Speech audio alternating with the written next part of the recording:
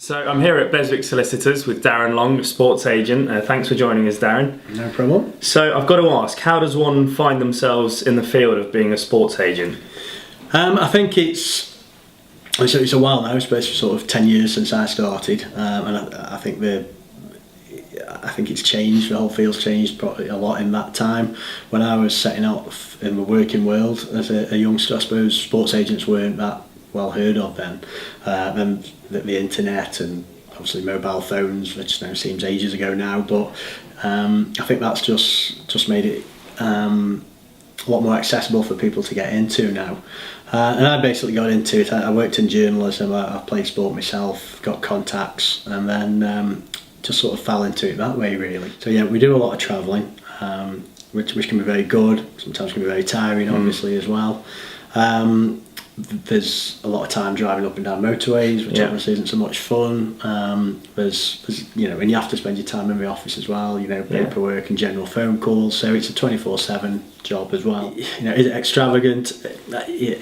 Some parts of it are not so much fun, like any job. If you were to have a meal with any person, dead or alive, who would the person be and why? Oh right, I don't know, I'd probably like sort of see someone like Douglas Jardine from the Bodyline series, just to see how that came about and what his thoughts were, and sit down. And he was a pretty hard bloke. Would have had to have pretty thick skin to have dealt with the Australian media and stuff. And he was obviously very tactically astute. And I like that era of sports as well. Sort of pre-war. And if you were to have a private gig with just you and your friends, who would the artist be?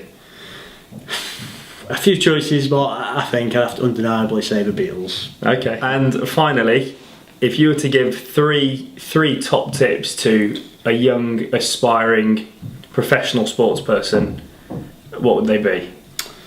Tips to a young sports person, they'd be, I think the obvious ones: work hard. Yeah. I think listen to advice is another key one. I mean, it's nothing groundbreaking, but I think it's often not taken notice of.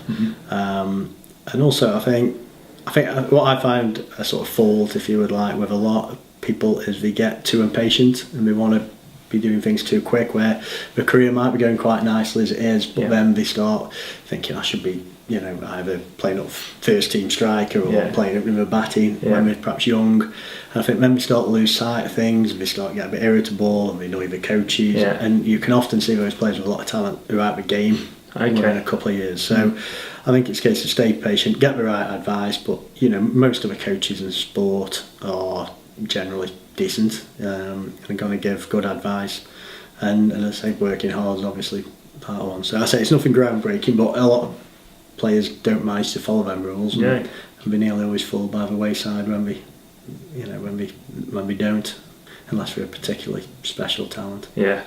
No, perfect. Well, thanks very much for having a chat with us. And it's a pleasure. And best of luck with clients for the rest of the season and with the company. So thanks very much. Thanks very much, Andrew. Thank you. Cheers.